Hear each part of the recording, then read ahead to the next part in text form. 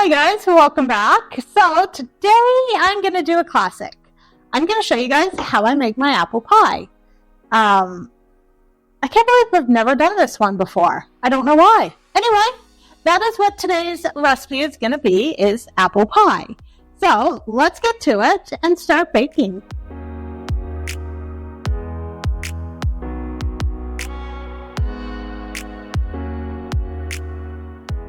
Alright, so to get started, we're going to make the pie crust first. I am doubling this batch today because I need it for something else as well. So I'm going to start with 4 cups of flour in my mixing bowl. Then I'm going to add 4 tablespoons of sugar, a teaspoon of salt, a half a teaspoon of baking powder, and mix that all together. While that's mixing, I'm going to add 1 cup of cold butter. I've chopped it up into small pieces to make it easier. And I'm also going to add a half a cup of cold lard. Now, normally when I make this, I only use lard, but I did not have enough. But I did have butter, so I'm just using sort of a half and half type deal with this today. And it'll still turn out perfect. I know it will. I've done it before. So you just mix it until a crumbly texture forms. I'm also going to add in a splash of vanilla today. This is optional, you don't have to put it in, but I like adding vanilla to my pie crust. Next, you're going to add some ice water to your dough, and you're just going to drizzle it in slowly until your dough all comes together, pulls away from the edges of the bowl, and is a sticky ball of dough. That's what you're looking for. Once it reaches that consistency, then you can stop adding water to it. Next, you're going to flour your work surface and you're going to put the dough out onto it. And you're just going to knead it a little bit to work a little bit of flour into it so it's not so sticky and it has a nice smooth texture to it. Once it has that smooth texture, this literally only took me maybe a minute of kneading. Then you're going to just kind of shape it into a ball or a little square, whatever you want. And you're going to cut it into 4 pieces, as even as you can.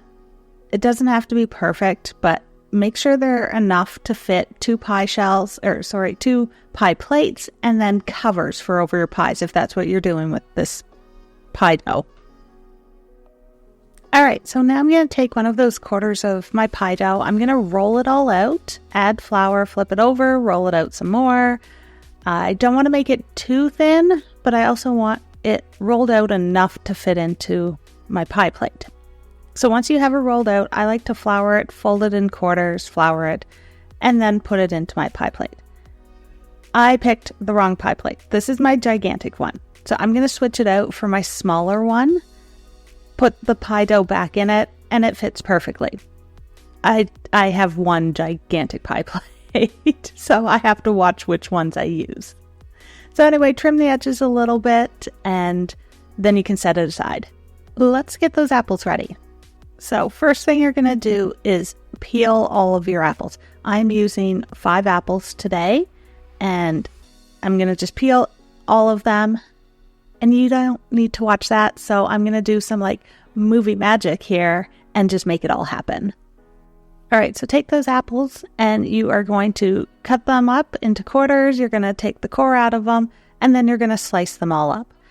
They don't have to be super thin. Make them as thick as you want, but I'm not going to make you watch me slice up 5 apples. Ta-da! There's some movie magic for you, all sliced up. All right, so now I'm going to put them all in a bowl, and I'm going to squeeze 1 full lemon into these. The lemon juice. I like adding the lemon juice because it keeps them from turning brown, but it's also going to give them that nice tartness. Like it's going to add a little bit of sour with all the sweet that is in an apple pie.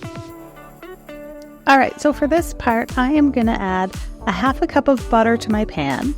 I'm also going to add a half a cup of packed brown sugar to the butter after it melts.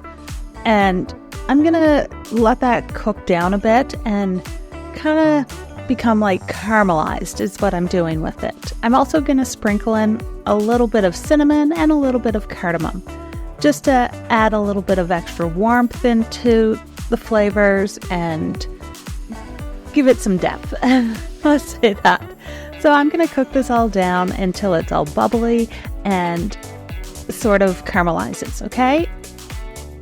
Do that first, and then we're going to move on and add our apples to this and let it all kind of simmer and cook and bake those flavors or cook those flavors together a little bit. It's also just softening the apples so that they will cook a little bit faster and they're not like super crunchy in your pie. I've also just sprinkled in a little bit of sea salt on the apples. Once I've added them, I'm also going to add some of the lemon juice just to keep that sour in it because it is a very sweet pie. I like having the contrast just to help balance it. So once you have that all mixed together, let it cook for a few minutes, soften the apples, let the sort of sugar caramel do its thing. I did throw in some more brown sugar on top and let that cook in as well. Alright, so now that the apples have softened a little bit, I'm using a slotted spoon and I'm just going to scoop the apples out of the pan and put them into the pie shell.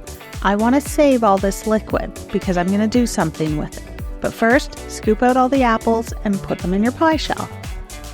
With the leftover liquid, I'm taking a teaspoon of cornstarch and I'm going to mix some of the liquid into the cornstarch and kind of make a paste with it.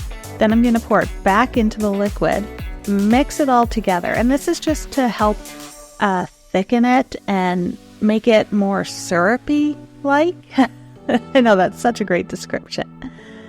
So I'm going to mix it all together and then I'm going to go and put it back on the stove for a few minutes and let it cook down and reduce into more of a syrup texture.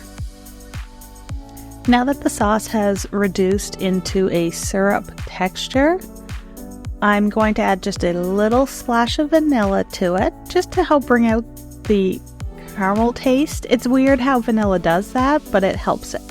So I'm mixing in a little vanilla, and then I'm going to take some of the syrup and put it in a little cup and save it, because I want to use this for when I put ice cream on my pie and drizzle a little bit of this on top of the ice cream. It's going to be so delicious. So after I've saved a little bit, then I'm going to pour all the rest into the apple pie. We are so close to the end here, guys. All right, so take another quarter of that pie dough you made earlier. You're going to flour your surface, roll it all out. Not too thin, but roll it out so that it can cover the pie. Then fold it in half again, and you're going to cut little slits in it, which are like air holes. Put it on top of your pie and, kind of decorate it however you want. Mine aren't usually that pretty or fancy, but they always taste good. So trim off the edges, and then you're going to pinch it all together, or I like to kind of roll mine down. I squish it all together, roll it down, and make a flat top on my pie, opposed to having a big edge, usually because the edges do not look good when I make them. I'm going for taste, not look here. All right, so after you have that all done and ready, you're going to put an egg wash on it, and the egg wash is 1 egg with a teaspoon of water mixed together, and you just brush that all across the top of it. While you're doing this, preheat your oven to 350 degrees Fahrenheit, and then make sure you have a rack, like a low rack in the bottom of your oven. I prefer to cook my pie in the bottom part of it because it'll cook the bottom of the pie better without burning the top. I also cook this at 350, and then I cook it for about 45 minutes to an hour, and it gives the apples enough time to soften but not become so soft that they're mushy. And it also makes everything look so golden brown. I love cooking it at a lower temperature for longer. It just turns out better for me, but you do what's right for you. However you like to make your pie. And anyway, just cook it on a low rack for about an hour-ish. Keep an eye on it.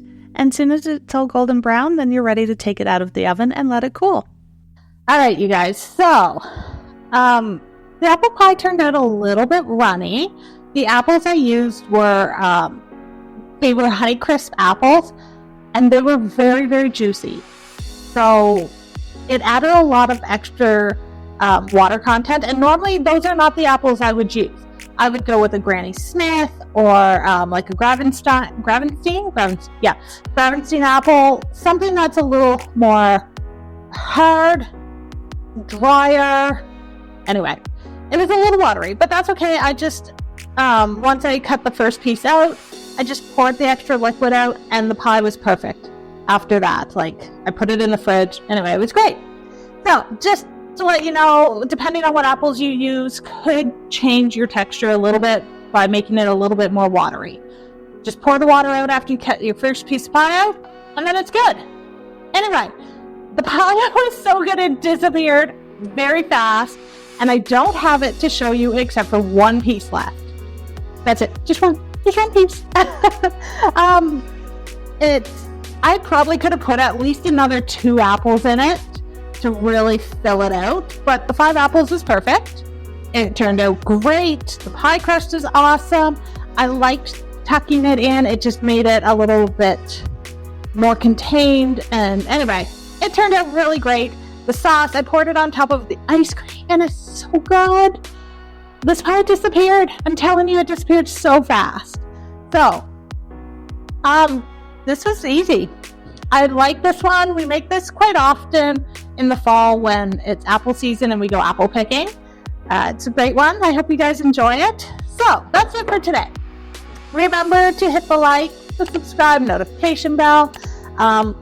Leave me comments. The comments are wonderful. They help with the algorithm. Whether they're good or bad, it doesn't matter because it's going to help. I would prefer nice comments, please. Please be nice. All right. So thank you guys so much for watching my video. And next week, I have a special one. And it is very special, okay? As in, like, it'll be interesting. It's something new I'm trying. And so thank you guys for watching. I hope you'll come back for next week's video because I think you'll be quite entertained. All right. See you guys. Thanks for watching today.